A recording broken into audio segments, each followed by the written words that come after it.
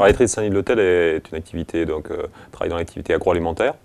Nous traitons donc un certain nombre de produits, donc du lait de consommation, qui est un peu notre métier d'origine. Très rapidement, l'entreprise est née il y a 100 ans de producteurs de lait qui avaient mis en commun leurs moyens de production pour livrer des pôles de consommation.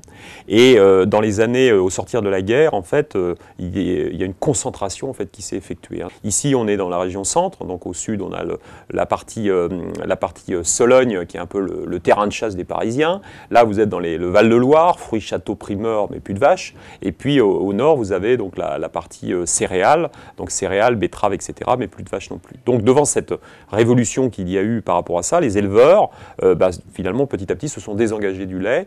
Donc on a d'abord été chercher notre lait de plus en plus loin. On ramasse aujourd'hui à peu près 150 millions de litres de lait sur 8 départements français. Et puis dans les années 84 a été mise en place les quotas laitiers. Ça a été une restriction de la production laitière en Europe parce qu'il y avait des excédents énormes en beurre, en poudre, etc. Et notre région a été particulièrement touchée par ces quotas laitiers parce que les producteurs avaient d'autres solutions finalement que de faire du lait. Donc il a fallu avoir une réflexion stratégique au niveau de l'entreprise. Et cette réflexion stratégique que nous avons eue, c'est de changer de métier. Et nous sommes devenus un conditionneur de liquide alimentaire. Nous sommes un des plus gros fabricants de jus de fruits en France, de jus de fruits à marque distributeur, premier prix, marque nationale, au rayon ambiant, au rayon frais. Nous avons également une activité donc, dans les produits élaborés, donc tous les produits je dirais, de l'alimentation de demain, des produits à base de soja, à base de lait d'amande, de lait noisette, etc. Et puis également une activité sur ce qu'on appelle les produits santé-plaisir. Santé parce que des produits qui vont nous faire du bien, je dirais, au niveau de notre consommation quotidienne. Et puis plaisir parce que l'alimentation reste effectivement une activité plaisir.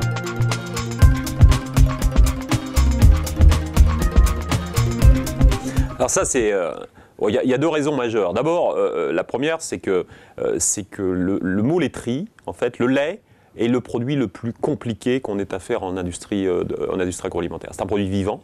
Donc un produit qui va évoluer tout au cours de l'année. Deuxièmement, c'est un produit qui va avoir des variabilités en termes de qualité microbiologique, donc un produit qui est extrêmement sensible. Un litre de lait qui sort du pied de la vache, en quelques heures, il est impropre à la consommation. Et finalement, ce mot laiterie donne une crédibilité à l'entreprise et à ses collaborateurs. Donc ça, c'est un point qui est très important. Et aujourd'hui, quand on dit, on a une laiterie qui fait du jus de fruits, tout de suite, vous faites du jus de fruits, donc vous faites du lait, donc c'est que vous êtes des gens qui connaissez la maîtrise de ce lait, et c'est extrêmement important.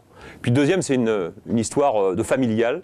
C'est en fait un débat avec ma maman. Donc aussi simple que ça, c'est qu'un jour je lui dis, tu sais, on devrait s'appeler autrement que laiterie de Saint-Denis-de-l'Hôtel, on devrait peut-être changer de mot, liquide Saint-Denis-de-l'Hôtel, ou je sais pas quoi, etc. Et là, elle m'a dit, écoute, tu touches à ce que tu veux, mais tu touches pas au mot, parce que c'est le nom, c'est l'histoire, et ça restera comme ça. Et voilà, et quand votre maman vous dit ça, vous pouvez pas faire autrement que d'accepter. Voilà. Alors on est implanté, donc là vous êtes sur le site majeur, donc le site de Saint-Denis-de-l'Hôtel, site historique également. On a un site donc à 80 km d'ici à Varennes-sur-Fouzon dans l'Indre, qui est à côté de Valençay. On a un site à Cholet, qui fait des soft drinks, des colas, des limonades, des sirops. On a un site en Alsace, qui est à Sarre-Union, qui fait exclusivement des jus de fruits. On a un partenariat avec une usine espagnole qui fait de l'extraction de jus d'orange, qui s'appelle ZVM, donc est une usine en fait qui produit du jus d'orange à partir d'orange espagnole. Et puis on vient de réaliser donc dans le groupe une nouvelle acquisition, c'est qu'on a racheté les Crudettes, donc en fait qui ont une plantation à Châteauneuf-sur-Loire et à Gadagne, qui est à côté d'Avignon. Donc là on est en train en termes stratégiques de réfléchir justement aux alimentations de demain. Donc la salade est effectivement un levier très fort dans notre quotidien et donc on est en train de regarder à étendre finalement tous nos savoir-faire par rapport à ça. Donc toutes nos sociétés sont en SAS, donc société à action simplifiée. On a basculé il y a 7-8 ans. Ça nous permet d'avoir d'ailleurs une homogénéité en fait de nos organisations juridiques et puis également d'avoir simplifié un certain nombre de mécaniques dans l'entreprise. On a 3 typologies de clients. On a les clients marques distributeurs. dans lequel on retrouve les grands de ce nom. C'est un Carrefour qui est notre premier client, Auchan, Leclerc, Casino, le groupement Francap, Système U, Monoprix, enfin voilà, donc les grands noms de la distribution française, quelques noms aussi un petit peu étrangers comme Tesco, ou comme Sainsbury, ou comme Aldi, ou comme Lidl. Ensuite, on a une deuxième activité qui est ce qu'on appelle chez nous l'activité B2B, donc business to business, qui est en fait l'activité où on va travailler pour des grandes marques. Donc, par exemple, ici, on fait Danao, on fait Slimfast, on fait des produits pour le groupe Alpro en lait d'amande et de noisettes, on fait du Tropicana, on fait le Lemonade de Coca-Cola. Vous voyez, donc beaucoup de diversité. Et ça, c'est des clients dans lesquels nous ne sommes pas propriétaires de la marque, mais on travaille pour les marques et on développe avec eux. Et puis le troisième gros secteur, c'est la restauration hors domicile.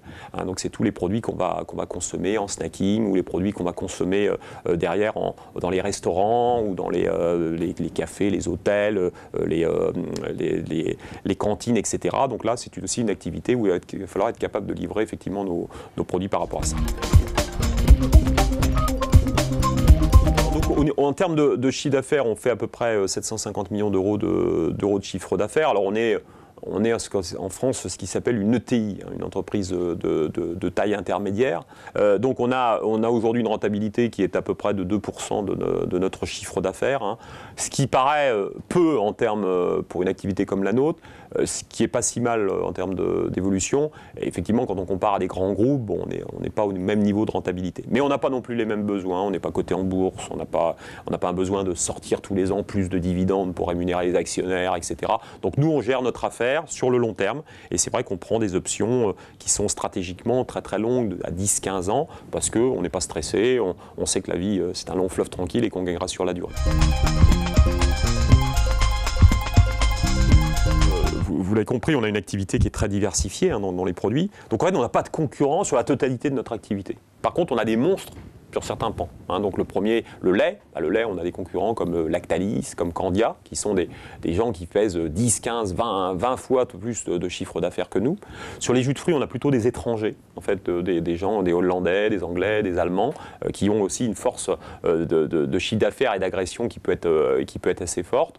Après, sur les autres produits, les produits très techniques, en fait, on n'est pas directement en concurrence avec des gens, on est plutôt en co-construction.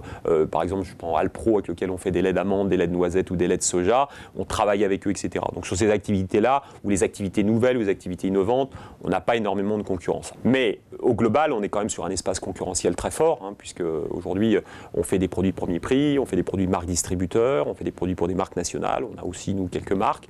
Donc l'espace est quand même très, très concurrentiel actuellement en France et en Europe. On a développé donc à Saint-Denis-de-l'Hôtel une idée dont j'aime bien parler, qui est de dire qu'il faut être capable de faire ce que les autres ne veulent pas faire, ne peuvent pas faire ou ne pensent pas faire. Donc ne veulent pas faire, ce sont toutes les petites choses compliquées. Donc effectivement, aujourd'hui on préfère faire des choses très simples, on s'embête beaucoup moins. Nous on veut bien les faire, par contre on veut être payé pour les faire. Le peuvent pas faire, ça va être effectivement tous les savoir-faire accumulés des gens de l'entreprise. Il n'y a pas de sous-métiers, il n'y a que des métiers qui effectivement sont très très complémentaires, qui vont de la direction générale à des gens qui pilotent des machines, etc. Et tout ça, c'est complémentaire. Si on n'a pas ce raisonnement global, eh bien, à un moment, l'entreprise ne peut pas fonctionner. Et puis, le pense pas faire, c'est l'innovation. Et l'innovation est au cœur, en fait, de l'entreprise, et les hommes sont au cœur de cette innovation par rapport à ça, ce qui est extrêmement important, effectivement, pour en permanence amener des nouveaux produits, des nouveaux concepts, répondre aux attentes des consommateurs sur des produits, sur des emballages, sur des façons de faire, sur des façons de livrer. Le bio est une innovation, a été une innovation.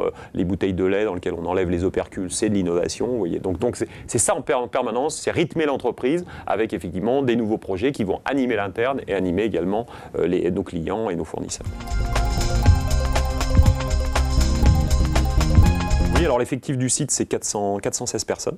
Donc c'est un site qui travaille en 3-8, donc du lundi généralement 5 heures au samedi matin 5 heures, et on a des périodes d'activité dans lesquelles on travaille également les week-ends et les jours fériés. Donc il faut être capable en fait d'adapter l'entreprise en permanence pour suivre effectivement ces évolutions de demande consommateurs. Donc on a une population de gens qui se répartit, on a à peu près 80% de notre personnel qui sont des opérateurs de production, on a à peu près et puis 20% de l'effectif qui sont des cadres et maîtrises. 60-40 hommes-femmes, hein, donc 60% d'hommes, 40% de femmes, et le pourcentage de femmes est en train de monter. J'espère qu'on atteindra bientôt l'équilibre. Voilà, donc en termes d'effectifs. Et on est une entreprise qui recrute, puisqu'on a créé pas loin de 200 emplois en 10 ans. Hein, donc c'est aussi la progression. Alors on recrute en effectif, en nombre, mais on recrute également en compétences. Et la montée en compétences est extrêmement importante. C'est une usine qui est très automatisée, et donc pour ça il y a besoin d'avoir des gens qui soient capables de conduire des lignes automatisées. Il faut les former il faut les intégrer, les recruter, etc. Une entreprise, ce n'est pas simplement une production, c'est aussi des hommes derrière, c'est aussi des gens qui mettent leur savoir-faire, leurs compétences, leur volonté en commun de façon à développer un certain nombre de produits nouveaux.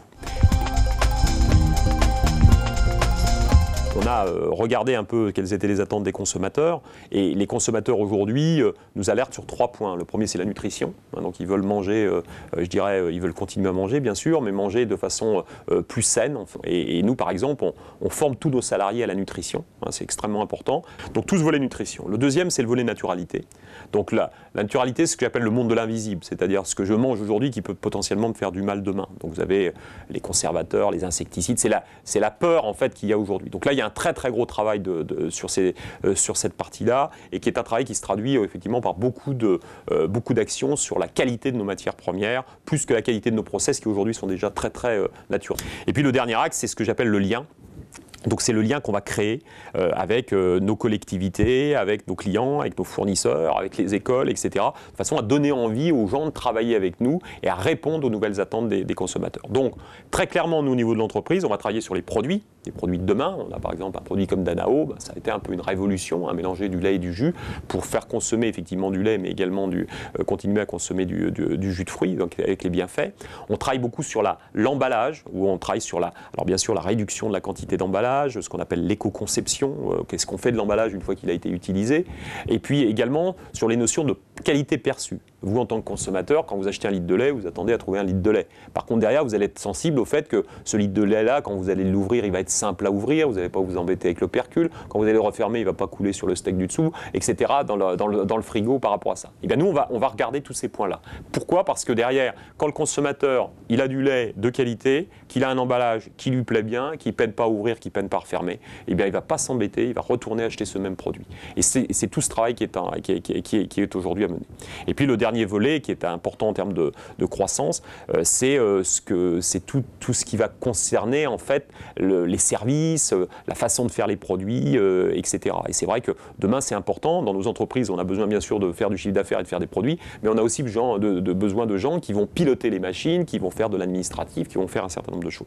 Et ces gens-là, il faut qu'on leur donne envie de venir travailler avec nous, envie d'être performants avec nous et envie de développer effectivement un certain nombre de complexes. Et l'entreprise, c'est pas un lieu de torture. L'entreprise, c'est un lieu de création de richesses, des richesses économiques sur lesquelles il n'y a rien, mais également des richesses culturelles, des points de rencontre, de l'innovation, des idées, des grands projets qu'on monte. Et nous, on a mené à ce titre-là beaucoup de projets. Donc c'est ça la vie d'une entreprise, et c'est ça aussi développer un état d'esprit de l'entreprise. Et derrière, pas seulement des produits. Donc vous avez compris, il y a les produits, il y a les emballages, il y a les services, et puis il y a la façon de faire tout ça, et la conception qu'on a et la posture qu'on a au travers de ça.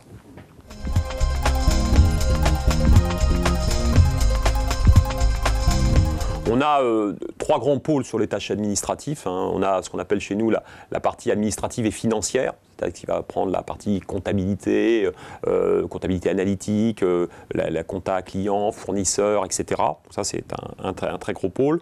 Le deuxième pôle, c'est tout ce qu'on va appeler un petit peu les systèmes d'information. En fait, donc on trouve l'informatique, tous les services supply chain, en fait, donc qui vont organiser. Hein, la supply chain, c'est un peu la colonne vertébrale de l'entreprise qui va permettre d'organiser un petit peu les différents flux. Et puis le dernier gros pôle, c'est la partie ressources humaines, hein, donc qui est très importante, que chez nous on a décomposé en plusieurs parties. Une partie très administrative, la gestion de la paye, la gestion des carrières, dans laquelle il faut gérer un certain nombre de choses. Une notion qui est beaucoup plus. Alors moi, on a un projet dans l'entreprise qui s'appelle Horizon. Horizon, en fait, c'est donner de la perspective, les attentes de l'entreprise, les attentes des collaborateurs, les entretiens individuels, les formations, etc., dans lesquelles on va tout matcher. Et puis un pôle communication interne. On n'a pas de marque, on travaille pour la marque des autres, mais par contre, la valorisation du travail interne des gens est extrêmement importante. Il faut que les gens soient fiers de travailler dans notre entreprise, il faut qu'ils soient fiers de l'intégrer. Et donc, par rapport à ça, eh bien, on va valoriser toutes les actions qui peuvent être faites par les gens, donc une naissance, un mariage, des choses comme ça. Donc, c'est cultiver effectivement un esprit d'entreprise qui est un esprit, entre guillemets, très famille.